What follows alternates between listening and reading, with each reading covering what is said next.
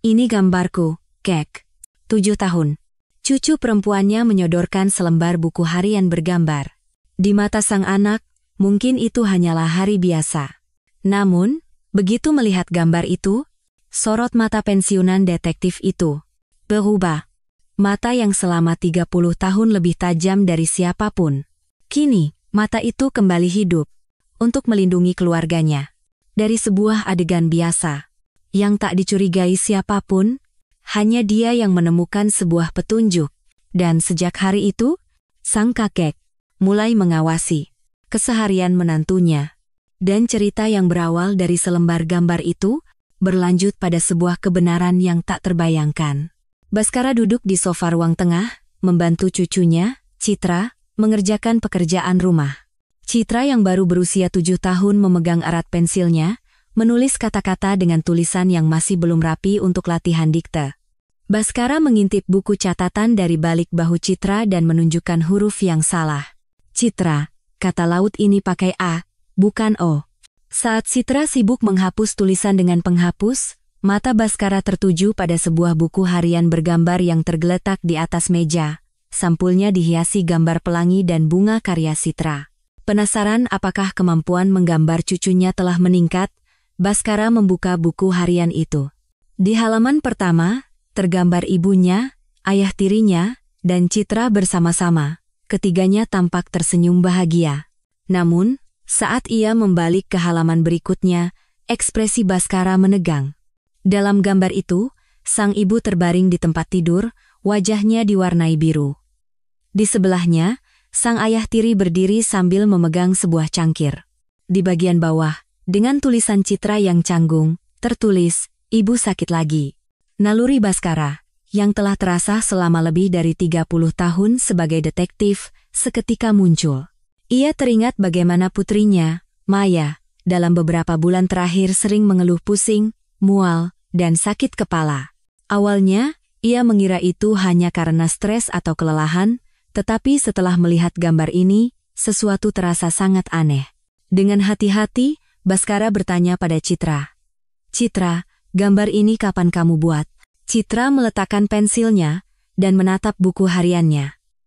"Minggu lalu, Kek. Waktu ibu sakit dan berbaring di tempat tidur. Ayah tiri sedang memberikan apa itu?" Dengan polosnya Citra menjawab, "Obat, Kek. Ayah tiri selalu kasih ibu obat setiap kali ibu sakit." Kecemasan mulai menjalari hati Baskara. Ia terus membolak-balik buku harian itu dan menemukan beberapa gambar serupa lainnya. Gambar sang ibu yang sakit, dan sang ayah tiri yang memberinya cangkir atau obat, muncul berulang kali. Terutama satu gambar yang menunjukkan sang ayah tiri di dapur, sedang memasukkan sesuatu ke dalam cangkir. Di sampingnya, Citra menulis, "Ayah tiri sedang membuatkan obat untuk ibu." Baskara merasakan tangannya gemetar. Selama 30 tahun menangani berbagai kasus, ia tidak pernah merasa segelisah ini. Pikiran bahwa putri dan cucunya mungkin berada dalam bahaya memenuhi benaknya. Namun, Baskara memutuskan untuk tidak bertindak gegabah. Mencurigai Bima tanpa bukti yang kuat bisa merusak hubungan keluarga mereka. Terlebih lagi, gambar yang dibuat Citra saja tidak bisa menjadi bukti yang kuat. Dengan suara yang dibuat setenang mungkin, Baskara berkata, "Citra, boleh kakek lihat-lihat lagi buku harianmu?" Citra mengangguk. Baskara perlahan membalik setiap halaman, memeriksanya dengan teliti. Apa yang tercatat sebagai keseharian di mata polos Citra, terlihat sangat berbeda di mata Baskara. Dalam hatinya, Baskara bertekad. Ia harus menemukan bukti yang lebih kuat. Ia harus melindungi putri dan cucunya. Sejak hari itu, Baskara lebih sering mengunjungi rumah putrinya. Dengan alasan libur sekolah taman kanak-kanak cucunya, ia sering menginap untuk menjaganya. Setiap kali berada di rumah putrinya, Baskara mengamati dengan cermat perilaku menantunya, Bima, dan putrinya, Maya. Namun, ia harus melakukannya secara alami agar Bima tidak curiga. Keesokan paginya, Baskara bangun lebih awal dari biasanya. Sambil berpura-pura membaca koran di ruang tengah, ia mengamati ke arah dapur. Bima bangun lebih dulu dari Maya dan sedang menyeduh kopi. Dengan mata yang sedikit terangkat di atas koran, Baskara mengawasi setiap gerakan Bima. Bima menyiapkan 2 cangkir kopi. Satu untuk dirinya, dan satu lagi untuk Maya. Baskara melihat Bima memasukkan gula ke dalam cangkir kopi Maya. Namun pada saat itu, Baskara melihat Bima mengeluarkan sebuah kantong kecil dari sakunya. Setelah melirik sekilas ke arah Baskara, Bima mengambil sedikit bubuk putih dari kantong itu dan memasukkannya ke dalam kopi Maya. Jantung Baskara mulai berdebar kencang. Bima mengaduk kopi dengan sendok hingga bubuk itu larut sepenuhnya, lalu memasukkan kembali kantong itu ke sakunya. Tak lama kemudian, Maya muncul di dapur. Dengan senyum cerah, Bima menyodorkan kopi kepada Maya. "Sayang, minum kopinya. Hari ini pasti akan melelahkan." Maya menerima kopi itu dengan ucapan terima kasih. "Oh, terima kasih. Akhir-akhir ini kondisiku kurang baik, aku jadi khawatir." "Tidak apa-apa, kan ada aku di sampingmu. Minum kopinya biar semangat." Baskara ingin sekali menghentikan Maya meminum kopi itu, tetapi tanpa bukti yang kuat, ia tidak bisa bertindak. Hari itu, setelah meminum beberapa teguk kopi, Maya bersiap-siap untuk berangkat kerja. Malam harinya, ketika Maya pulang, Baskara mengamati kondisi putrinya dengan saksama. Wajah Maya lebih pucat dari biasanya, dan langkahnya pun tampak tidak stabil. Saat makan malam, Maya terlihat memijat keningnya sambil berkata ia pusing. Bima mendekati Maya dengan ekspresi khawatir. "Sayang, pusing lagi? Sebaiknya minum obat." Bima bergegas mengambil obat. Baskara memperhatikan Bima mengambil sebuah pil dari kotak obat. Namun, setelah mengambil pil itu, Bima kembali mengeluarkan kantong kecil dari sakunya dan melapisi pil tersebut dengan bubuk putih. Kecurigaan Baskara kini berubah menjadi keyakinan. Jelas sekali Bima memberikan sesuatu yang berbahaya kepada Maya. Keesokan harinya, Baskara menelepon juniornya, seorang detektif bernama Andi. Andi adalah salah satu murid yang ia bimbing saat masih aktif di kepolisian. "Andi, ini aku." "Pak, ada apa? Kalau ada waktu, bisa kita bertemu?" Andi menjawab dengan suara gembira. "Wah, senior. Lama tidak bertemu." "Tentu saja, Pak. Kapan dan di mana?" "Kita bertemu di tempat yang tenang. Ada hal penting yang ingin kubicarakan." Keesokan siangnya, Baskara bertemu dengan Andi di sebuah kafe yang sepi. Dengan hati-hati, Baskara menceritakan kecurigaannya. Ia menjelaskan perilaku aneh Bima dan pola kesehatan Maya yang memburuk. Andi mendengarkan dengan ekspresi serius. "Insting Bapak selalu tepat. Saya akan coba selidiki tentang Bima. Penyelidikan resmi masih terlalu dini. Tolong periksa latar belakangnya secara tidak resmi dulu." Andi mengangguk. "Baik, Pak. Saya akan kabari hasilnya dalam beberapa hari." Baskara kembali ke rumah dan mengamati Bima dengan lebih hati-hati. Di luar, Bima bersikap seperti suami yang penuh kasih dan perhatian pada Maya, tetapi di mata Baskara, semua itu tampak seperti sandiwara. Ia juga memastikan bahwa gejala Maya semakin parah setelah meminum obat atau makanan yang diberikan oleh Bima. Beberapa hari kemudian, Andi menelepon Baskara. Terdengar ketegangan dalam suaranya. "Senior, kita harus bicara. Saya menemukan fakta mengejutkan tentang Bima." Baskara dan Andi bertemu kembali di kafe yang sama. Andi membawa sebuah map tebal dan meletakkannya di depan Baskara. "Insting Bapak benar. Bima adalah orang yang sangat berbahaya." Andi membuka map itu dan mulai menjelaskan. 3 tahun lalu, Bima kehilangan istri pertamanya. Penyebab kematiannya adalah serangan jantung mendadak. Baskara menatap berkas itu dengan saksama. Tapi masalahnya, istri pertamanya juga selama beberapa bulan sebelum meninggal mengalami gejala yang tidak dapat dijelaskan. Andi membalik ke halaman berikutnya. Catatan medis dan rekam jejak pengobatan muncul. Pusing, mual, sakit kepala, kelemahan seluruh tubuh. Gejalanya sama persis dengan yang dialami Mbak Maya. Wajah Baskara mengeras.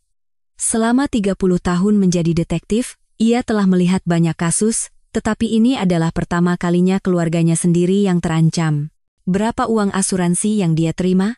5 miliar rupiah. Bima adalah ahli waris tunggal dari asuransi jiwa istri pertamanya. Andi mengeluarkan dokumen lain. Dan yang lebih mengejutkan, setelah menikah dengan Mbak Maya, Mbak Maya mendaftarkan asuransi jiwa dengan nilai pertanggungan yang sangat besar. Baskara melihat dokumen itu. Terdapat catatan bahwa Maya tahun lalu mendaftarkan asuransi jiwa senilai 3 miliar rupiah. Ahli warisnya adalah Bima. Ini bukan kebetulan, ini adalah kejahatan terencana. Andi mengangguk. Saya juga berpikir begitu. Saya menduga Bima membunuh istri pertamanya dengan cara yang sama, lalu bertemu dengan Mbak Maya. Baskara merasakan dokumen di tangannya bergetar. Sulit baginya menerima kenyataan bahwa putrinya sedang diracuni secara perlahan. Saat kasus istri pertamanya, apakah otopsi dilakukan dengan benar? Saat itu, kasusnya ditutup sebagai kematian wajar. Bahkan ada kesaksian bahwa Bima merawatnya dengan sangat baik. Andi menunjukkan data lain. Tapi setelah saya selidiki lebih dalam kali ini, banyak kejanggalan. Istri pertamanya adalah orang yang sehat, tapi setelah menikah, kesehatannya mulai memburuk. Baskara mulai memahami metode Bima. Meracuni secara perlahan untuk membuatnya terlihat seperti kematian wajar. Dengan begitu, bahkan otopsi pun sulit menemukan sesuatu yang aneh. Aku jadi tahu betapa berbahayanya kondisi Maya sekarang. Andi berkata dengan wajah serius, "Senior, kita harus bertindak cepat. Kondisi Mbak Maya terus memburuk. Bisakah kita mencari tahu zat beracun apa yang digunakan Bima?" Jenazah istri pertamanya sudah dikremasi beberapa tahun lalu, jadi. Baskara terdiam sejenak, berpikir. Bisakah kita membuat Maya menjalani tes darah secara diam-diam? Bisa, Pak. Bapak bisa membawanya ke rumah sakit dengan alasan pemeriksaan kesehatan rutin. Andi menulis sesuatu di buku catatannya. Saya akan kenalkan Bapak pada dokter yang bisa dipercaya. Beliau bisa menjaga kerahasiaan. Baskara memutuskan tidak bisa menunggu lebih lama lagi. Dengan nyawa putrinya yang terancam, tidak ada waktu untuk menunggu prosedur hukum. Andi, bisakah kamu mengawasi Bima 24 jam? Secara tidak resmi, bisa, Pak. Saya akan melakukannya sendiri.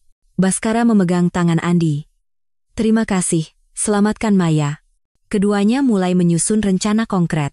Mereka akan mengonfirmasi zat beracun melalui tes darah Maya dan mengawasi tindakan Bima untuk mendapatkan bukti yang menentukan. Dalam perjalanan pulang, hati Baskara terasa berat. Rasanya ia menghadapi kasus tersulit dalam 30 tahun karirnya justru setelah pensiun. Tapi ia tidak bisa menyerah. Demi melindungi putri dan cucunya, ia siap melakukan apapun. Sejak saat itu, Baskara tinggal di rumah putrinya. Ia memastikan untuk menyiapkan sendiri kopi, makanan, dan obat-obatan untuk Maya sebanyak mungkin. 2 hari kemudian, pada malam hari, Baskara menyaksikan gejala Maya yang jauh lebih parah dari biasanya. Saat makan malam, wajah Maya tiba-tiba menjadi pucat pasi, dan kepalanya terkulai seolah akan jatuh ke meja. Aku pusing sekali. Rasanya mau muntah. Maya berkata dengan susah payah, sambil bergegas ke kamar mandi. Bima mengikutinya dengan ekspresi khawatir. Sayang, kamu tidak apa-apa. Wajahmu pucat sekali. Namun, Baskara merasakan emosi lain di balik suara Bima, bukan kekhawatiran yang tulus. Rasanya seperti kepuasan karena rencananya berjalan dengan sukses. Bajingan itu. Dia sedang menikmatinya. Baskara segera menelepon Andi. Andi, kita harus bergerak sekarang. Kondisi Maya parah. Kita bertemu di rumah sakit yang kamu sebutkan. Baik senior, saya segera berangkat. Baskara mendekati Bima dan berkata, Bima, kita harus ke rumah sakit sekarang. Aku akan menggendong Maya, siapkan mobil. Bima, meski dengan wajah panik, mengangguk patuh. Baik, ayah. Biar saya yang menyetir. Di dalam mobil, kondisi Maya semakin memburuk. Kesadarannya mulai kabur, dan ia kesulitan bernapas. Maya, sadarlah, ayah di sini. Sebentar lagi sampai rumah sakit. Bima, sambil menyetir, terus berpura-pura khawatir, tetapi Baskara bisa membaca perhitungan dingin di matanya melalui kaca spion. Sesampainya di unit gawat darurat rumah sakit, Baskara menyerahkan Maya kepada tim medis.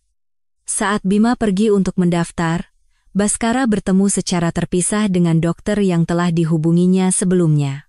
Dokter yang diperkenalkan Andi ini adalah spesialis dalam pemeriksaan zat beracun. Baskara berkata pelan kepada dokter, tolong periksa adanya zat beracun dalam tes darahnya. Ini harus dilakukan secara rahasia. Dokter itu mengangguk. Baik Pak. Akan saya lakukan bersamaan dengan pemeriksaan umum. Baskara kembali ke sisi Bima.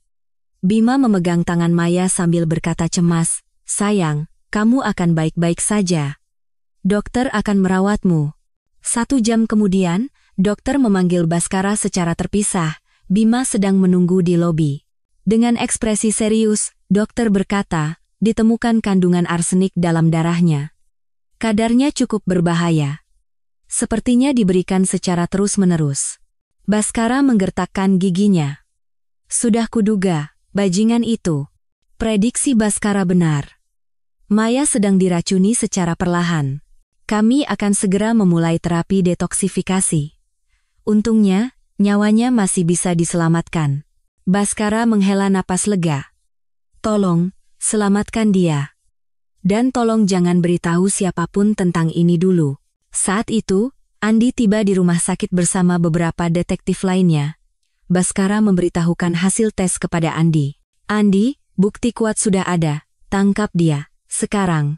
Andi memberikan instruksi kepada timnya melalui radio. Target teridentifikasi. Berada di lobi lantai 1 rumah sakit. Bima sedang duduk di kursi lobi sambil melihat ponselnya. Dari luar, ia tampak seperti suami yang khawatir, tetapi bagi Baskara, ia seolah sedang menunggu sesuatu. Andi dan detektif lainnya mendekati Bima. Bima tampak terkejut melihat para polisi. Ada apa ini? Andi mengeluarkan borgol. Bima, Anda ditangkap atas tuduhan percobaan pembunuhan terhadap istri Anda. Bima melompat berdiri dan berteriak. Apa maksud Anda? Ditemukan arsenik dalam darah istri Anda. Semuanya sudah terkonfirmasi. Bukti sudah kami amankan. Wajah Bima seketika menegang. Namun, ia segera memasang ekspresi seolah dizalimi dan membela diri. Bukan saya. Seseorang sengaja melakukannya. Kenapa kalian memfitnah saya? Tidak masuk akal. Kenapa saya mau membunuh istri saya? Andi berkata dengan dingin, demi uang asuransi jiwa 3 miliar rupiah, mungkin? Sama seperti yang Anda lakukan pada istri pertama Anda. Semua catatan asuransi atas nama Anda ada pada kami. Bima mulai melawan dengan keras. Bohong, kalian tidak punya bukti. Orang-orang di lobi menatap dengan kaget. Baskara menatap Bima dengan tajam. Dasar sampah. Bersiaplah membusuk di penjara. Andi, sambil membawa Bima pergi, berkata, semuanya sudah berakhir. Baskara kembali ke kamar rawat Maya. Setelah menerima terapi penawar racun, wajah Maya perlahan membaik. Citra membuka pintu kamar dan masuk. Kakek, ibu tidak apa-apa? Baskara memeluk Citra. Ibu baik-baik saja, Citra. Semua ini berkat kamu. Citra tersenyum cerah. Kakek adalah pahlawanku. Baskara hampir meneteskan air mata, merasa lega karena akhirnya berhasil melindungi putri dan cucunya. 3 hari setelah penangkapan Bima, Andi masih berada di markas kepolisian hingga larut malam, merapikan berkas kasus Bima. Meja kerjanya penuh dengan tumpukan berita acara pemeriksaan dan barang bukti. Saat Andi melihat kembali hasil analisis zat beracun yang digunakan Bima, ia merasa seperti pernah melihatnya di suatu tempat. Arsenik. Campuran dengan racun nabati.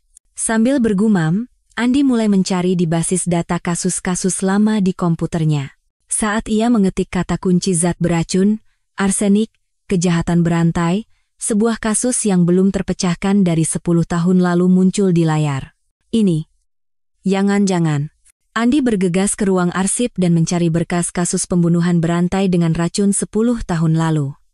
Saat membuka kotak arsip yang berdebu, muncul catatan investigasi yang ditulis langsung oleh Baskara saat itu. Andi membuka berkas itu dan berkata kaget, luar biasa. Ini tidak mungkin kebetulan. Tercatat bahwa 10 tahun lalu, 3 korban meninggal karena zat beracun yang serupa. Campuran arsenik dan racun nabati. Metodenya hampir identik dengan yang digunakan Bima. Andi segera menelepon Baskara. Senyor, maaf menelepon saya larut ini. Ada apa, Andi? Suaramu terdengar aneh. Senior, bisakah Bapak datang sekarang? Saya menemukan sesuatu yang luar biasa terkait kasus Bima. Apa yang begitu mendesak? Andi menjawab dengan suara bersemangat. Kasus pembunuhan berantai yang belum terpecahkan 10 tahun lalu yang Bapak tangani. Metodenya sama persis dengan Bima. Baskara terdiam sejenak. Apa katamu? Sungguh? Iya, Pak. Mulai dari jenis zat beracun hingga cara pemberiannya, semuanya sama persis. Ini bukan kebetulan. Baik, aku segera ke sana. 1 jam kemudian, Baskara tiba di markas kepolisian. Andi meletakkan berkas kedua kasus itu berdampingan di atas mejanya, dan mulai menjelaskan. Lihat ini, Pak. Ini hasil otopsi korban pertama 10 tahun lalu. Baskara menatap data itu dengan saksama. Arsenik 0,3 mg, ekstrak digitalis. Benar. Sama persis dengan yang digunakan Bima. Andi menunjuk ke data berikutnya. Korban kedua dan ketiga juga sama. Baskara duduk dengan dalam di kursinya. Jadi, maksudmu Bima adalah pembunuh berantai 10 tahun lalu? Andi mengangguk. Kemungkinan besar begitu, Pak. Baskara gemetar saat teringat kasus itu. Saat itu, 3 wanita muda meninggal, dan korban keempat nyaris tidak selamat. Karena gagal menangkap pelakunya, kasus itu menjadi penyesalan seumur hidup bagi Baskara. Andi, segera selidiki jejak Bima 10 tahun lalu. Sudah saya mulai, Pak. Saya sedang menelusuri semua catatan tentang apa yang dilakukan Bima, dan di mana dia berada 10 tahun lalu. Andi menunjuk layar komputernya. Yang sudah terkonfirmasi, Bima tinggal di dekat area tempat kejadian perkara 10 tahun lalu. Seberapa dekat tempat tinggalnya? Sekitar 4 km dalam garis lurus. Dan saat itu, Bima bekerja di sebuah laboratorium kimia. Baskara bangkit berdiri. Laboratorium kimia? Berarti dia punya pengetahuan ahli tentang zat beracun. Benar, Pak. Dan yang lebih mengejutkan, laboratorium itu memang menangani arsenik dan racun nabati. Andi menyerahkan data yang telah dicetak kepada Baskara.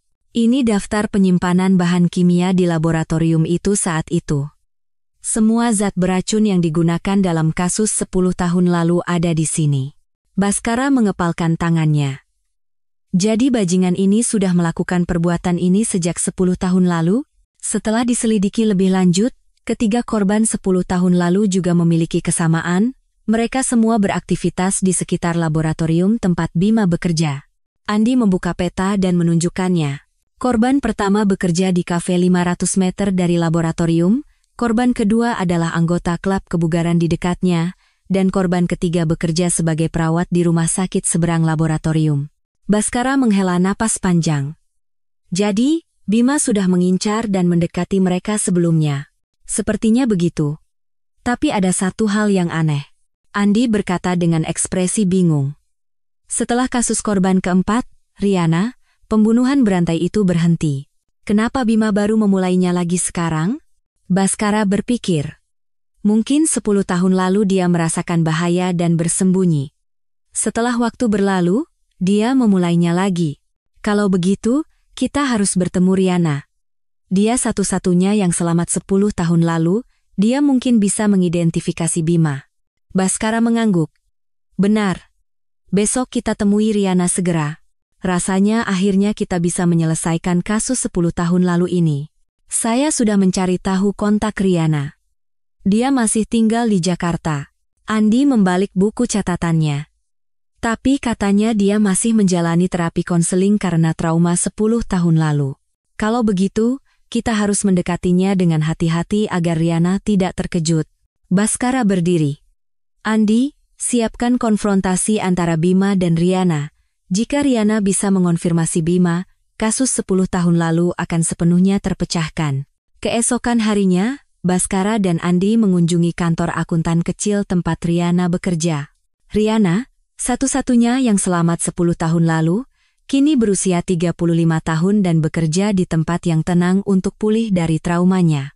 Di depan pintu masuk kantor, Baskara berkata kepada Andi, kita dekati dengan hati-hati agar Riana tidak terkejut, katanya dia masih menderita karena kejadian 10 tahun lalu. Baik, Pak. Biar saya yang bicara dulu. Setelah memberitahu resepsionis bahwa mereka ingin bertemu Riana, tak lama kemudian Riana muncul. Riana masih terlihat cantik, tetapi di sudut matanya tersirat bayang-bayang kecemasan dan ketakutan selama 10 tahun. "Selamat siang, katanya Anda mencari saya?" Riana bertanya dengan hati-hati. Andi menunjukkan kartu identitas polisinya. "Mbak Riana, saya Inspektur Andi dari Polda Metro Jaya. Kami datang untuk membicarakan kasus 10 tahun lalu." Wajah Riana tiba-tiba menjadi pucat. "Kejadian 10 tahun lalu itu?" Baskara mendekat dan berkata dengan lembut, "Mbak Riana, saya Baskara, yang menangani investigasi saat itu." Riana menatap Baskara dengan saksama, lalu mengangguk. "Oh, Pak Baskara. Ya. Waktu itu Anda banyak membantu saya." "Benar. Kedatangan kami hari ini adalah untuk membawa kabar baik." Riana bertanya dengan ekspresi bingung. "Kabar baik?" Andi menjelaskan, "Kami telah menangkap pelaku sebenarnya dari kasus 10 tahun lalu. Tapi untuk memastikannya, kami butuh bantuan Mbak Riana." Mata Riana berkaca-kaca. "Benarkah? Sungguh? Akhirnya orang itu tertangkap?" "Ya, tapi Mbak Riana harus mengonfirmasi apakah orang ini benar pelakunya."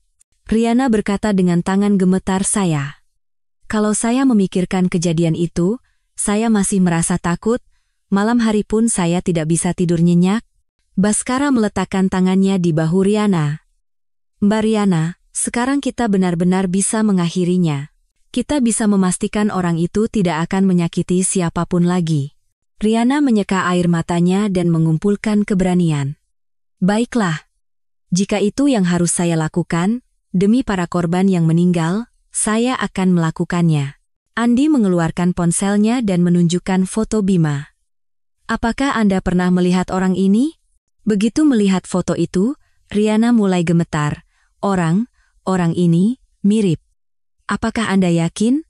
Wajahnya memang sedikit lebih tua dari 10 tahun lalu, tapi mata ini sepertinya benar.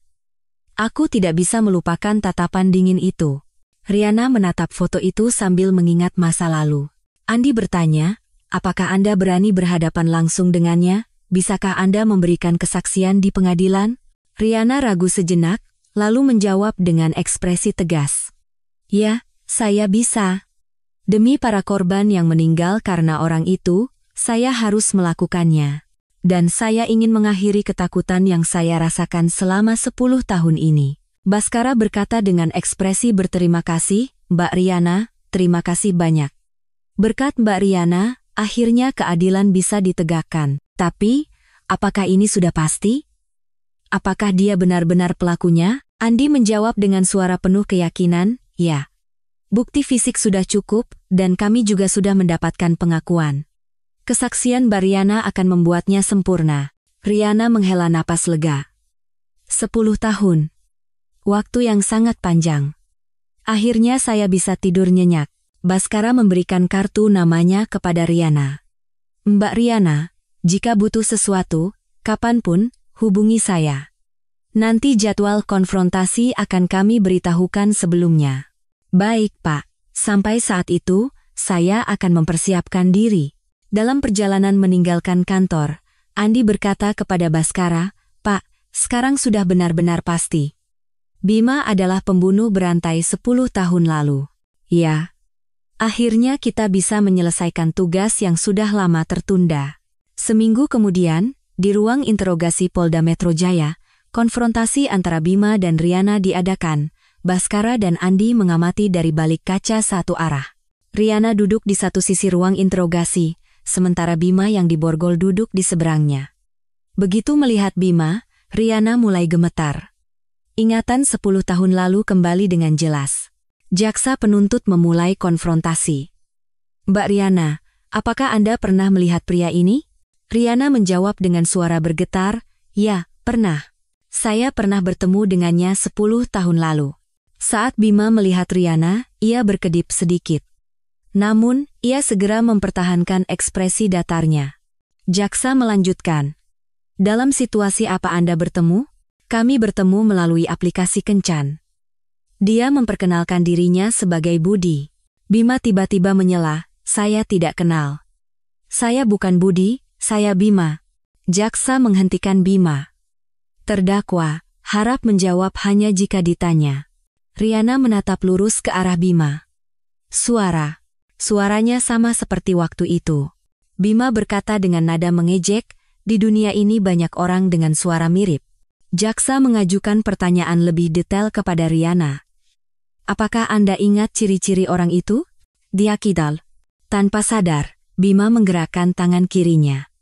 Riana, yang tidak melewatkan momen itu, berkata, "Gerakan tangan itu." Waktu itu juga dia sering tanpa sadar menggerakkan tangan kirinya seperti itu. Bima buru-buru meletakkan tangannya di atas lutut. "Itu hanya kebetulan." Jaksa bertanya kepada Bima, "Tuan Bima, apakah Anda bersikeras tidak pernah bertemu Mbak Riana 10 tahun lalu?" "Ya, tidak pernah. Saya sama sekali tidak mengenalnya." Jaksa bertanya lagi, "Tuan Bima, apakah Anda tahu tentang kasus pembunuhan berantai 10 tahun lalu?" Bima menjawab terlalu cepat, "Tentu saja tahu. Waktu itu kasus besar." Lalu, ia tiba-tiba mulai menceritakan detailnya. Dia menggunakan campuran arsenik dan digitalis, korbannya semua wanita usia 20,30-an, dan dia mendekati mereka lewat aplikasi kencan. Andi berbisik kepada Baskara, dia tahu terlalu detail. Jaksa bertanya dengan ekspresi terkejut, "Bagaimana orang awam bisa tahu detail seperti itu?" Bima tampak panik. "Waktu itu, kan banyak diberitakan di berita." Namun, jaksa membantahnya.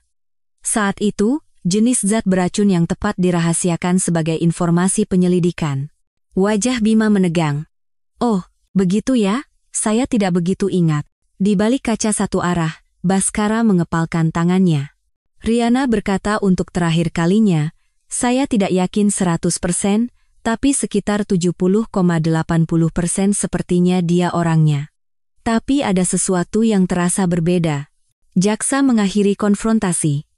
"Baik, konfrontasi hari ini selesai. Kami akan melanjutkannya setelah penyelidikan tambahan."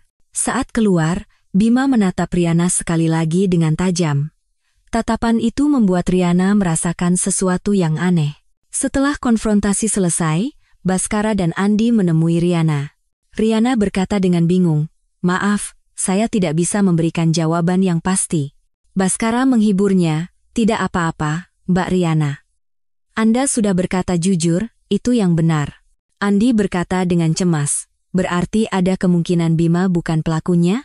Baskara berpikir, "Kita harus mencari bukti fisik lebih banyak." Karena hasil konfrontasi yang ambigu, Andi memutuskan untuk melakukan penggeledahan menyeluruh di rumah tempat Bima dan Maya tinggal. Maya dan Citra sedang tinggal di rumah Baskara setelah perawatan di rumah sakit, jadi rumah itu kosong. Andi, bersama tim forensik dan surat perintah penggeledahan, tiba di rumah itu dan memberikan instruksi kepada timnya. Cari semua bukti yang berhubungan dengan kasus 10 tahun lalu. Terutama geledah ruang kerja dan area pribadi yang biasa digunakan Bima. Baskara masuk ke dalam rumah bersama Andi. "Aku sudah tanya Maya, Bima biasa menggunakan ruang kerja di lantai 2 sebagai ruang pribadinya. Kalau begitu kita mulai dari sana." Saat memasuki ruang kerja di lantai 2, terlihat rak buku dan meja yang tertata rapi. Di atas meja terdapat laptop yang digunakan Bima dan berbagai dokumen. Andi berkata kepada ahli forensik digital, "Bisa pulihkan data 10 tahun lalu dari komputer ini?" "Tentu saja, file yang dihapus pun bisa dipulihkan. Mungkin butuh waktu." Baskara membuka lemari arsip baja di salah satu sudut ruang kerja. Sebagian besar adalah dokumen baru, tetapi di laci paling bawah, ia menemukan berkas-berkas lama. "Andi, ada sesuatu di sini." Di bagian paling dalam laci, ia menemukan sebuah brankas kecil. Andi memeriksa brankas itu. Terkunci dengan kata sandi. "Kita perlu panggil ahli." 30 menit kemudian, seorang ahli tiba dan membuka brankas itu. Di dalamnya ada sebuah buku catatan kecil. Andi membuka buku catatan itu dan berkata kaget, "Senior, lihat ini." Di dalam buku catatan itu, informasi pribadi para korban 10 tahun lalu tercatat dengan sangat detail. Nama, usia, pekerjaan, hobi, bahkan makanan favorit, semuanya tertulis. Sinta, 25 tahun, pegawai kafe. Suka musik klasik, alergi coklat. Baskara membalik ke halaman berikutnya. Mira, 28 tahun, anggota klub kebugaran, instruktur yoga, tidak bisa makan pedas. Yulia, 30 tahun, perawat di rumah sakit. Suka membaca, pecandu kopi. Di halaman terakhir, ada juga informasi tentang Riana. Riana, 25 tahun, pencari kerja. Hobi menonton film, kondisi fisik lemah. Andi melihat buku catatan itu dengan marah. Dasar gila. Dia merencanakannya dengan begitu teliti. Sekarang kita punya bukti fisik yang sempurna. Bima sudah pasti pembunuh berantai 10 tahun lalu. Namun, Baskara masih merasakan ada yang tidak beres. Tapi reaksi Riana tadi aneh. Dia bilang orangnya sama, tapi juga bilang ada yang berbeda. Mungkin karena sudah 10 tahun, ingatannya tidak akurat. Bisa jadi, tapi jangan-jangan ada sesuatu yang kita lewatkan? Andi, melihat semua barang bukti, berkata dengan yakin, dengan bukti sebanyak ini, sudah cukup. Bima sudah pasti pembunuh berantai 10 tahun lalu. Seminggu kemudian, hasil analisis forensik dari semua barang bukti keluar. Andi menerima laporan hasil dan dengan semangat menelepon Baskara. Senior, hasilnya sudah keluar. Bisa datang sekarang? Tentu saya. Kabar baik, kan? Sebaiknya Bapak datang dan lihat sendiri. Merasakan ada yang aneh dari suara Andi, Baskara bergegas ke markas kepolisian. Saat tiba di kantor Andi, ia melihat Andi duduk dengan ekspresi serius. Ada apa? Kenapa wajahmu begitu? Andi meletakkan laporan tebal di depan Baskara. Senior, hasilnya berbeda dari yang kita duga. Apanya yang berbeda? DNA dan sidik jari Bima tidak cocok dengan bukti tak teridentifikasi yang ditemukan di TKP kasus 10 tahun lalu. Baskara buru-buru membuka laporan itu. Apa? Jadi, Bima bukan pelakunya. Andi menunjukkan data lain. Dan yang lebih mengejutkan adalah ini. Setelah memeriksa catatan perjalanan Bima 10 tahun lalu. Perjalanan ke luar negeri? Ya. Bima sedang dalam perjalanan dinas ke Jerman dari tanggal 25 Oktober hingga 12 November 2014, saat kasus ketiga terjadi. Baskara tampak bingung. Jadi, saat kasus ketiga terjadi, dia tidak ada di Indonesia? Benar, ini catatan imigrasinya. Andi menunjukkan data dari kantor imigrasi. Jelas tercatat bahwa Bima berangkat pada 23 Oktober 2014 dan kembali pada 12 November. Baskara terduduk di kursinya. Jadi kita salah? Bima bukan pelaku 10 tahun lalu? Saat itu, seorang penyidik lain masuk dengan tergesa-gesa. Pak, Bima ingin memberikan keterangan tambahan. Baskara dan Andi bergegas ke ruang interogasi. Bima duduk di meja dengan tangan di borgol. Andi bertanya, katanya ada yang ingin Anda sampaikan? Bima menunduk. Kasus 10 tahun lalu. Kan sudah saya bilang, bukan saya pelakunya. Lalu kenapa kamu tahu begitu detail? Bima mengangkat bahu. Saya cari di internet. Data kasus yang belum terpecahkan, ada semua di sana. Kenapa kamu mengcari data seperti itu? Awalnya hanya penasaran. Kasus pembunuhan dengan racun terdengar menarik. Andi bertanya dengan dingin, jadi kamu meniru metodenya? Bima tersenyum sinis. Bukan meniru, lebih tepatnya, terinspirasi. Saat saya membunuh istri pertama saya, Dewi. Bima melanjutkan, setelah membaca data kasus 10 tahun lalu, sepertinya kejahatan sempurna itu mungkin. Saya juga bekerja di laboratorium, jadi mudah mendapatkan bahan beracun, dan metodenya juga dijelaskan dengan detail. Baskara berkata dengan marah, jadi kamu menggunakan cara yang sama pada Maya? Bima menjawab dengan tenang, ya, karena efektif. Pokoknya, saya hanya meniru. Pelaku sebenarnya dari kasus 10 tahun lalu bukan saya. Andi menatap Bima. Lalu siapa pelaku sebenarnya? Jangan-jangan kamu tahu? Bima menggelengkan kepala, saya tidak tahu. Sungguh tidak tahu. Saya hanya meniru dari data di internet. Baskara menghela napas panjang. Jadi, pelaku 10 tahun lalu masih belum tertangkap. Keluar dari ruang interogasi, Baskara dan Andi berdiri diam di koridor. Andi yang pertama angkat bicara. "Senior, maafkan saya. Saya terlalu cepat mengambil kesimpulan." "Tidak, aku juga sama." Bukti-bukti itu terlihat begitu jelas. Baskara bersandar di dinding, teringat kembali kasus masa lalu itu. 10 tahun lalu, sebuah laporan masuk dari sebuah kamar kos di Jakarta. Baskara, yang saat itu masih aktif, tiba di lokasi bersama juniornya, Andi. Korban pertama, Sinta, ditemukan tidak sadarkan diri di tempat tidurnya. "Pak, sepertinya sudah meninggal," kata seorang petugas medis kepada Baskara. Teman sekamar Sinta memberikan kesaksian dengan suara gemetar. "Tadi malam dia bilang mau kencan dengan pacar barunya, dia pergi dengan gembira." Baskara mengamati kondisi Sinta. Wajahnya tenang, tetapi bibirnya membiru. Di meja samping tempat tidur, ada cangkir dengan sisa ampas teh. Hasil otopsi menunjukkan adanya zat beracun nabati bernama digitalis dalam darahnya. Namun, tidak ada bukti pembunuhan yang jelas, dan pelakunya tidak bisa diidentifikasi. 2 bulan kemudian, pada bulan Agustus, seorang instruktur yoga berusia 28 tahun, Mira, meninggal dengan gejala yang sama. Dia juga meninggal setelah berkencan dengan seorang pria bernama samaran Joko yang ditemuinya secara online. Saat zat beracun yang sama terdeteksi, Baskara yakin ini adalah kejahatan berantai. "Sekarang sudah pasti, ini pembunuh berantai," kata Baskara kepada Andi. "Tapi sepertinya akan sulit menemukan pelakunya. Dia selalu menggunakan identitas palsu yang berbeda.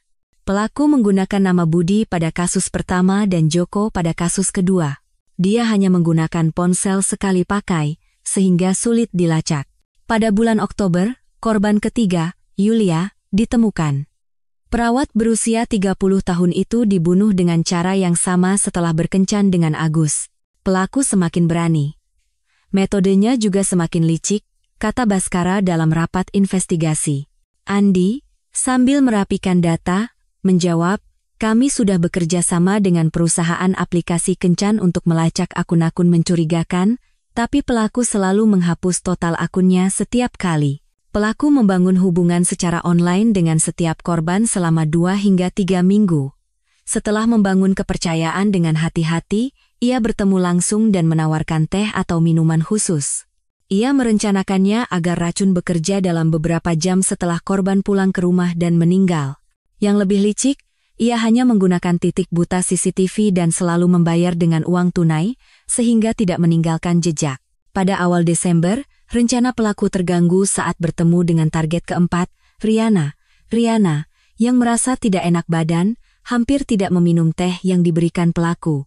Karena Riana hanya mengonsumsi sedikit racun, ia dilarikan ke rumah sakit, dan percobaan pembunuhan itu terungkap. Namun, kesaksian Riana saja tidak cukup untuk mengidentifikasi pelaku. Baskara menggunakan semua teknik investigasi. Ia menyelidiki semua tempat yang memiliki akses ke digitalis, seperti laboratorium kimia, laboratorium universitas, dan apotek. Ia juga bekerja sama dengan perusahaan aplikasi kencan untuk melacak akun-akun mencurigakan. Namun, pelaku selalu selangkah lebih maju.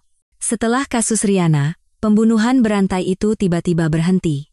3 bulan berlalu tanpa kemajuan. Pelaku seolah-olah menghentikan aktivitasnya sepenuhnya, dan tidak ada petunjuk baru yang muncul. Baskara setiap malam tinggal di kantor hingga larut, memeriksa ulang berkas kasus. "Senior, jangan terlalu memaksakan diri. Nanti Bapak sakit," kata Andi khawatir. "Aku belum bisa menyerah, pasti ada petunjuk yang terlewat." Namun, tidak ada penemuan baru. Pelaku seolah lenyap tanpa jejak. Suatu sore, kepala unit memanggil Baskara. "Baskara, kasus pembunuhan berantai ini harus kita hentikan." Baskara bangkit dan menentang. "Pak, kita belum menangkap pelakunya. Tapi sudah 3 bulan tidak ada kemajuan. Kita tidak bisa lagi mengalokasikan sumber daya untuk ini. Beri saya sedikit waktu lagi, saya yakin bisa menemukan petunjuk." Kepala unit menggelengkan kepala. "Maaf, ini sudah keputusan. Kasus-kasus penting lainnya menumpuk." Baskara memohon untuk terakhir kalinya. "Lalu bagaimana jika pelaku muncul lagi? Bisa ada korban lain." "Baskara, tentu aku juga ingin menangkapnya. Tapi ada masalah realistis. Saat ini tidak ada tersangka spesifik atau bukti yang menentukan. Kasus lain yang buktinya lebih jelas terbengkalai karena kekurangan personel. Akhirnya, kasus pembunuhan berantai itu diklasifikasikan sebagai kasus yang belum terpecahkan. Baskara memprotes keras, tetapi tidak berhasil. Baskara secara pribadi menyalin semua berkas kasus dan menyimpannya. Di rumah, ia membuat lemari arsip khusus di ruang kerjanya dan merapikan semua data. "Ayah, sudahlah, lupakan saja. Nanti kesehatanmu terganggu," kata istrinya khawatir. "Bagaimana bisa aku lupakan? 3 orang meninggal, tapi kamu tidak bisa melakukan apa-apa sendirian." Baskara, sambil melihat berkas, bertekad. "Suatu saat, aku pasti akan menangkap bajingan ini." Bahkan setelah dipindahkan ke unit kejahatan ekonomi, Baskara sesekali masih memikirkan kasus pembunuhan berantai itu. Ia mencoba fokus pada pekerjaan barunya, tetapi kasus 10 tahun lalu itu selalu muncul di benaknya. Terutama sebelum tidur, wajah para korban terbayang. Sinta, Mira, Yulia, dan Riana yang nyaris tidak selamat. Kadang-kadang mereka muncul dalam mimpinya. Ia sesekali menelepon Riana untuk menanyakan kabarnya. "Mbak Riana, baik-baik saja?" "Iya, Pak. Berkat Bapak, saya baik-baik saja. Jika ada hal yang mencurigakan, kapanpun, hubungi saya." "Baik, Pak. Tapi Bapak juga sebaiknya lupakan saja kejadian itu." Namun, Baskara tidak bisa melupakannya. Itu menjadi penyesalan terbesar dalam 30 tahun karirnya sebagai detektif. Di ruang kerjanya, ia sesekali mengeluarkan berkas-berkas itu dan membacanya kembali. Dalam hatinya, Baskara selalu berpikir, suatu saat ia akan bertemu lagi dengan pelaku itu. Dan saat itu tiba, ia tidak akan pernah melepaskannya. Dan 10 tahun kemudian, melalui buku harian bergambar cucunya, Citra, kesempatan itu benar-benar datang. Meskipun melalui seorang peniru bernama Bima, ia bertekad untuk mengungkap identitas pelaku sebenarnya. Setelah terungkap bahwa Bima adalah seorang peniru, Baskara dan Andi menemui Riana kembali. Kali ini, mereka didampingi oleh seorang konselor psikologis profesional. Setelah menjelaskan bahwa Bima bukan pelaku sebenarnya, Baskara dengan hati-hati mengajukan usulan kepada Riana. "Mbak Riana, apakah Anda bersedia mencoba terapi hipnosis?" Riana bertanya dengan bingung. "Hipnosis?" Konselor menjelaskan, "Ini adalah metode terapi untuk memunculkan kembali ingatan 10 tahun lalu dengan lebih jelas. Kita bisa dengan aman mengeluarkan ingatan yang tertekan karena trauma." Riana ragu. Apakah hal seperti itu benar-benar bisa mengembalikan ingatan? Baskara meyakinkan Riana. Hipnosis bukan sesuatu yang aneh. Ini membantu menemukan apa yang ada di alam bawah sadar kita. Hanya Mbak Riana satu-satunya orang yang bisa mengingat pelaku sebenarnya 10 tahun lalu. Tolong bantu kami. Riana mengumpulkan keberanian dan mengangguk. "Baiklah, saya akan mencobanya." Di ruang konseling, terapi hipnosis dimulai. Konselor, dengan suara lembut, membimbing Riana ke dalam kondisi hipnosis. "Tarik napas dalam-dalam. Sekarang, mari kita kembali ke 10 tahun yang lalu." Riana memejamkan mata dan masuk ke dalam kondisi rileks. Sekarang bulan Desember 2014. Coba ingat saat pertama kali bertemu dengan pria bernama Budi. Riana mulai berbicara dalam kondisi hipnosis. "Di kafe, saya sedang menunggunya di kafe. Coba jelaskan seperti apa penampilan pria itu." "Tinggi, sekitar 180 cm. Rambutnya pendek, dan bagian atas kepalanya sedikit botak." Baskara meminta konselor untuk menanyakan detail lebih lanjut. "Bagaimana pakaiannya?" "Dia memakai setelan hitam, terlihat sangat mewah. Sepatunya juga mengkilap." "Coba ingat ciri-ciri wajahnya lebih detail." Riana berkonsentrasi. Matanya sangat dingin. Bahkan saat tersenyum, matanya tidak ikut tersenyum, hidungnya mancung, dan rahangnya tegas. "Sepertinya dia memakai parfum." Konselor melanjutkan, "Coba cium aroma parfumnya. Aroma lavender, tapi di baliknya ada bau aneh yang tercampur. Seperti bau bahan kimia. Coba dengarkan dia berbicara." Suaranya seperti apa? Sangat rendah dan tenang. Bicaranya pelan dan artikulasinya jelas. Baskara mengajukan pertanyaan penting. Apa yang dia bicarakan? Riana mengingat lebih detail. Dia bicara tentang struktur molekul. Dia bilang, senyawa kimia yang saya teliti di Jerman. Dia bilang meneliti di Jerman? Ya, dia membanggakan diri telah menyelesaikan program doktor di sebuah universitas di Jerman, dan dia terus menekankan betapa sempurna penelitiannya. Konselor bertanya lebih lanjut. Dia bilang sempurna? Ya. Dia sering berkata, saya seorang perfeksionis, saya tidak bisa mentolerir kegagalan. Seolah-olah dia orang yang istimewa dan meremehkan orang lain. Dia bilang orang awam tidak akan mengerti levelnya. Konselor bertanya tentang pertemuan terakhir mereka. Coba ingat pertemuan terakhir. Apa yang terjadi saat itu? Ekspresi Riana tiba-tiba menjadi gelap. Dia bilang sudah menyiapkan teh spesial, teh yang diseduh dari ramuan herbal yang dia bawa dari Jerman. Apakah Anda meminum teh itu? Awalnya tidak. Saat saya bilang tidak enak badan, wajahnya seketika berubah. Bagaimana perubahannya? Tatapannya. Tatapannya benar-benar menakutkan. Seolah ingin membunuh saya. Riana gemetar meski dalam kondisi hipnosis. Lalu bagaimana? Karena saya sangat takut, saya hanya menyentuhkannya sedikit ke bibir, tidak banyak minum. Konselor menenangkan Riana. Sekarang, perlahan kembali ke masa kini. Setelah hipnosis selesai, Riana membuka matanya. Bagaimana? Apakah ingatan Anda lebih jelas? Riana berkata dengan kaget, wow, saya ingat dengan sangat jelas. Wajah orang itu. Sangat jelas. Selama ini ingatan Anda tertekan karena trauma. Baskara segera bertanya, bagaimana jika dibandingkan dengan Bima? Sangat berbeda. Jauh lebih tinggi dari Bima, dan terlihat lebih tua. Andi, sambil mencatat, bertanya, kira-kira usianya berapa? Sekitar akhir 40-an. Dan dia terlihat sangat terpelajar dan elegan. Riana menambahkan informasi baru. Dia sering bicara tentang Jerman. Universitas Jerman, laboratorium Jerman, seolah-olah dia sudah lama tinggal di sana. Konselor berkata kepada Riana, Anda melakukannya dengan sangat berani.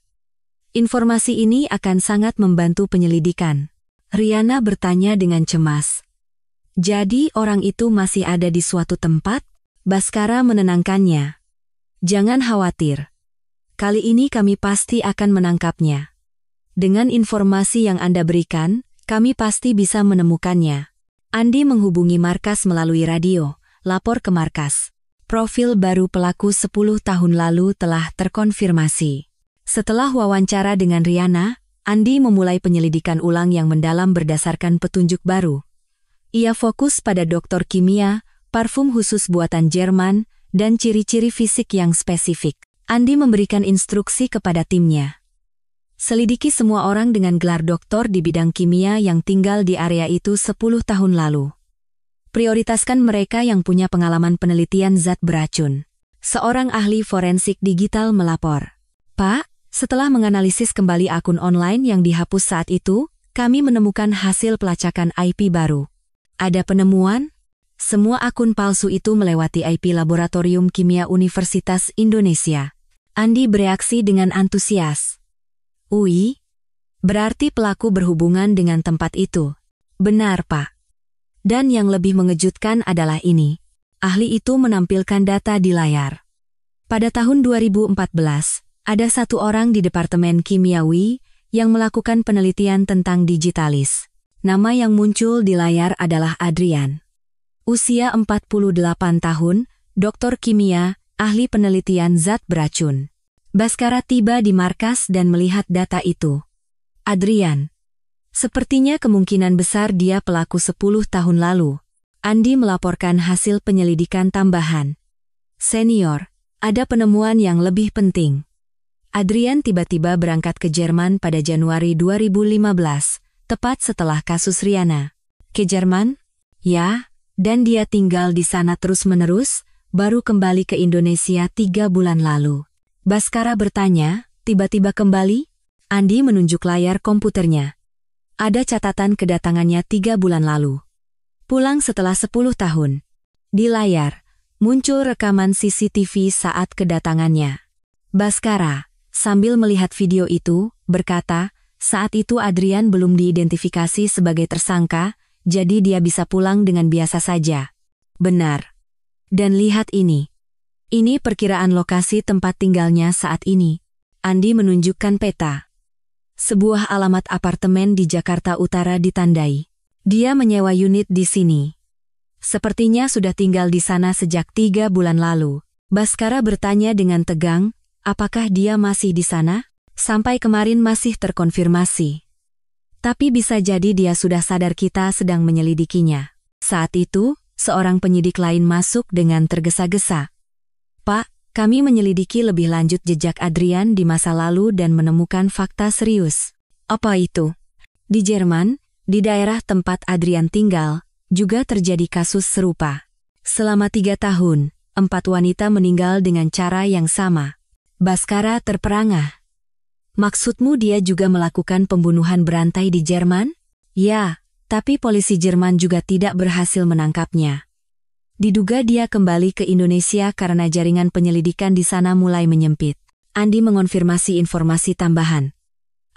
Dan lihat ini juga. Kami menemukan merek parfum yang digunakan Adrian 10 tahun lalu. Di layar, muncul informasi tentang merek parfum mewah dari Jerman. Ini produk bernama Ethereal Lavender. Tidak bisa dibeli oleh umum, harus dipesan khusus. Baskara teringat kesaksian Riana. Parfum unik yang dikatakan Riana itu pasti ini.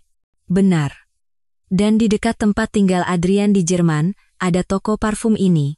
Semua kepingan puzzle mulai menyatu. Gelar doktor kimia, pengetahuan ahli tentang zat beracun, parfum Jerman, dan pelarian ke luar negeri. Baskara mengambil keputusan. Segera siapkan operasi penangkapan Adrian. Kali ini kita tidak boleh gagal. Andi berkata dengan cemas, tapi dia sudah melarikan diri selama 10 tahun, tidak akan mudah ditangkap. Tetap harus kita lakukan. Dan perketat perlindungan untuk Riana. Jika Adrian tahu dia terungkap, kemungkinan besar dia akan mengincar Riana. Seorang penyidik segera menghubungi melalui radio. Laporan dari tim pengawas di kediaman Adrian. Dia keluar rumah 30 menit lalu, dan belum kembali. Wajah Baskara menegang. Jangan-jangan dia sudah sadar? Andi mengemukakan kemungkinan lain. Atau, dia sudah merencanakan kejahatan berikutnya? Sebuah pikiran mengerikan terlintas di benak Baskara. Jangan-jangan dia mengincar Riana? Andi segera mengambil radionya. Tim pengawal Riana, segera laporkan situasi. Suara tim pengawal terdengar. Riana saat ini aman. Sedang bekerja di kantor. Baskara lega. Syukurlah. Sebelum Riana dalam bahaya, kita mulai operasinya. Di lantai 12 sebuah apartemen di Jakarta Utara, di dalam sebuah ruangan gelap, Adrian menatap layar laptopnya. Layar itu terus memutar berita penangkapan Bima. Orang seperti ini meniruku. Lucu sekali. Gumam Adrian. Merusak sebuah karya seni yang sempurna. Di salah satu dinding ruangan, foto-foto lama Riana dan catatan 10 tahun lalu tertempel rapi. Dari foto masa kuliah hingga kehidupan kerjanya saat ini, seperti hasil penguntitan. Karya yang belum selesai. Kamu harus diselesaikan. Adrian bangkit dan berdiri di depan cermin. Ia merapikan pakaiannya dan menyemprotkan parfum lavender di leher dan pergelangan tangannya. Lalu, ia dengan hati-hati memasukkan sebuah botol kaca kecil yang dibawanya dari Jerman ke dalam saku. Tiba-tiba, terdengar suara pintu depan yang didobrak dengan keras. Polisi, Adrian, keluar. Adrian terkejut dan menoleh. Tim khusus menyerbu masuk ke dalam ruangan, diikuti oleh Baskara dan Andi. Adrian, jangan bergerak. Adrian mencoba melarikan diri, tetapi ia sudah terkepung. Baskara mendekat dengan borgol di tangan. Anda ditangkap atas tuduhan pembunuhan berantai 10 tahun lalu. Adrian berteriak marah. Bagaimana kalian bisa menemukanku? Aku sudah bersembunyi dengan sempurna. Andi, sambil melihat sekeliling ruangan, berkata, penuh dengan foto Mbak Riana. Anda juga menguntitnya, ya? Mata Adrian memancarkan kegilaan. bukan menguntit. Mengamati karya yang belum selesai. Baskara, melihat foto-foto di dinding, berkata dengan marah, "Karya? Dasar gila, menganggap manusia sebagai karya." Adrian melawan dengan keras sambil berteriak, "Gila? Aku jenius. Seniman yang sempurna." Andi menemukan kliping koran tentang Bima di atas meja. "Apa ini?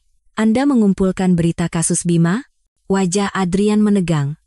"Gara-gara peniru rendahan itu aku jadi begini." Baskara bertanya, "Gara-gara Bima?"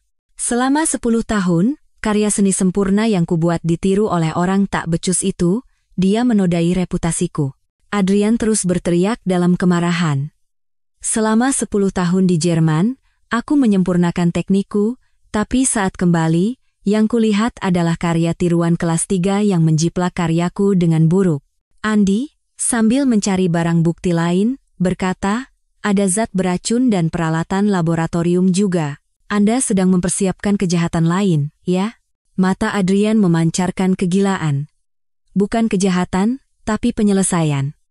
Aku akan menyelesaikan satu-satunya karya gagalku, Rihanna." Baskara memborgol Adrian. "Karya gagal. Kamu hanya seorang pembunuh dengan ego yang tinggi." Saat diseret keluar, Adrian terus berteriak, "Kalian tidak akan pernah mengerti seorang jenius sejati. Betapa hebatnya aku sebagai seorang seniman." Operasi penangkapan berhasil. Pembunuh berantai yang buron selama 10 tahun akhirnya tertangkap. Kemarahannya terhadap Bima dan obsesinya terhadap Rihanna semuanya terungkap. Baskara akhirnya merasakan kelegaan yang mendalam karena telah menyelesaikan kasus 10 tahun lalu.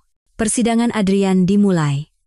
Ruang sidang utama Pengadilan Negeri Jakarta Pusat penuh sesak oleh orang-orang yang tertarik dengan kasus ini. Perhatian media juga sangat tinggi karena ini adalah kasus pembunuhan berantai yang terpecahkan setelah 10 tahun. Baskara dan Andi menyaksikan persidangan dari kursi saksi. Jaksa penuntut mulai membacakan dakwaan. Terdakwa Adrian, dari Juni hingga Desember 2014, telah membunuh 3 orang, yaitu Sinta, Mira, dan Yulia, dengan zat beracun, dan mencoba membunuh Rihanna. Adrian duduk di kursi terdakwa dengan wajah tanpa ekspresi. Penampilannya lebih kurus dari 10 tahun lalu, tetapi tatapan dinginnya masih sama. Hakim bertanya kepada Adrian, "Terdakwa, apakah Anda mengakui dakwaan ini?" Adrian berdiri dan menjawab dengan percaya diri. "Saya hanya melakukan eksperimen untuk penelitian ilmiah." Ruang sidang bergemuruh. Jaksa mulai menunjukkan bukti. Zat beracun yang ditemukan di laboratorium terdakwa cocok dengan zat yang terdeteksi di tubuh para korban. Di layar, hasil forensik ditampilkan, menghubungkan dengan jelas senyawa kimia beracun yang dibuat Adrian dengan penyebab kematian para korban. Selanjutnya, Rihanna maju sebagai saksi. Dengan suara gemetar, ia memulai kesaksiannya. "Saya ingat dengan jelas saat bertemu dengan terdakwa 10 tahun lalu." Rihanna menatap Adrian. "Orang itu menawari saya teh spesial. Untungnya saya tidak banyak minum, sehingga saya bisa selamat." Adrian menatap Rihanna dan tersenyum sinis. Setelah kesaksian Rihanna, keluarga korban secara bergantian naik ke kursi saksi. Ibu Sinta berkata sambil menangis, "Putri saya tidak melakukan kesalahan apapun, kenapa dia harus mengalami hal sekeji itu?" Ayah Mira juga berkata dengan suara penuh amarah, "Mira adalah anak yang punya banyak mimpi." Tapi karena iblis itu, suami Yulia memberikan kesaksian terakhir. "Istri saya adalah seorang perawat yang merawat pasien, orang yang hidupnya untuk menolong orang lain." Adrian, mendengar semua kesaksian ini, sama sekali tidak menunjukkan penyesalan. Dalam tuntutannya, jaksa berkata, "Terdakwa adalah penjahat keji yang telah membunuh warga tak berdosa dengan rencana yang matang, kami menuntut hukuman mati." Dalam pernyataan terakhirnya, Adrian berdiri dan berkata, "Kalian tidak mengerti nilai penelitian saya. Saya telah melakukan penemuan besar yang akan tercatat dalam sejarah manusia." Ruang sidang kembali bergemuruh.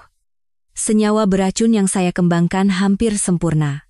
Inilah kemenangan sejati ilmu pengetahuan." Hakim menghentikan Adrian. "Terdakwa, apakah Anda tidak menyesali perbuatan Anda?" Adrian menjawab dengan senyum mengejek, "Menyesal? Apa yang harus saya sesali? Saya hanya melakukan penelitian sebagai seorang ilmuwan. Pada akhirnya, Adrian terus membenarkan tindakannya. Beberapa minggu kemudian, putusan dijatuhkan. Hakim membacakan putusan dengan hikmat. Terdakwa Adrian, dengan cara yang terencana dan kejam, telah membunuh 3 orang dan mencoba membunuh 1 orang. Terlebih lagi, ia menyalahgunakan pengetahuan ilmiahnya untuk melakukan kejahatan dan sama sekali tidak menunjukkan penyesalan. Oleh karena itu, majelis hakim menjatuhkan hukuman penjara seumur hidup kepada terdakwa. Tepuk tangan pecah di ruang sidang. Keluarga korban menangis sambil saling menghibur. Adrian, mendengar putusan itu, tetap tanpa ekspresi. Bahkan sepertinya ia terlihat puas. Setelah sidang selesai, Baskara menemui Riana. Riana menghela napas lega. Akhirnya selesai. Waktu yang sangat panjang. Ini semua berkat kesaksian berani Mbak Riana. Para korban 10 tahun lalu sekarang bisa beristirahat dengan tenang. Baskara mengangguk. Keadilan telah ditegakkan. Dalam perjalanan keluar dari pengadilan, Andi berkata kepada Baskara, "Senior, akhirnya kasus 10 tahun lalu benar-benar selesai." "Ya, sekarang benar-benar sudah berakhir." Baskara merasakan kepuasan yang mendalam karena akhirnya bisa memberikan keadilan kepada para korban dan keluarga mereka meskipun terlambat. Ini adalah momen paling berarti dalam 30 tahun karirnya sebagai detektif. Sambil menatap langit, Baskara berpikir, sekarang Sinta, Mira, dan Yulia bisa beristirahat dengan tenang. Dan semua orang tidak perlu lagi takut pada Adrian. Sementara itu, persidangan Bima juga telah selesai. Bima dijatuhi hukuman penjara seumur hidup atas pembunuhan istri pertamanya dan percobaan pembunuhan terhadap Maya. Maya terus menjalani terapi konseling untuk mengatasi traumanya dan mulai bekerja kembali di tempat baru. Baskara duduk di ruang kerjanya, merapikan berkas kedua kasus itu. Kasus Bima dan kasus Adrian, keduanya telah dicap dengan stempel selesai. Merenungkan 30 tahun karirnya, Baskara berpikir, 2 kasus yang ia pecahkan setelah pensiun ini adalah momen paling berarti dalam hidupnya sebagai detektif. Melindungi keluarga, menyelesaikan kasus yang belum terpecahkan selama 10 tahun, dan menegakkan keadilan. Rasanya tidak ada yang lebih memuaskan dari ini. Citra berlari masuk ke kamar kakeknya. "Kakek, aku buat gambar baru." Dalam gambar itu, tergambar kakek, ibu, dan Citra tertawa bersama dengan bahagia. Baskara memeluk Citra. "Citra, sekarang keluarga kita benar-benar aman dan bahagia." "Iya, Kek, karena kakek sudah menangkap semua orang jahat." Dalam hatinya, Baskara bertekad sekali lagi. Mulai sekarang, bukan sebagai detektif, tetapi sebagai seorang kakek, ia akan terus melindungi keluarga yang berharga ini,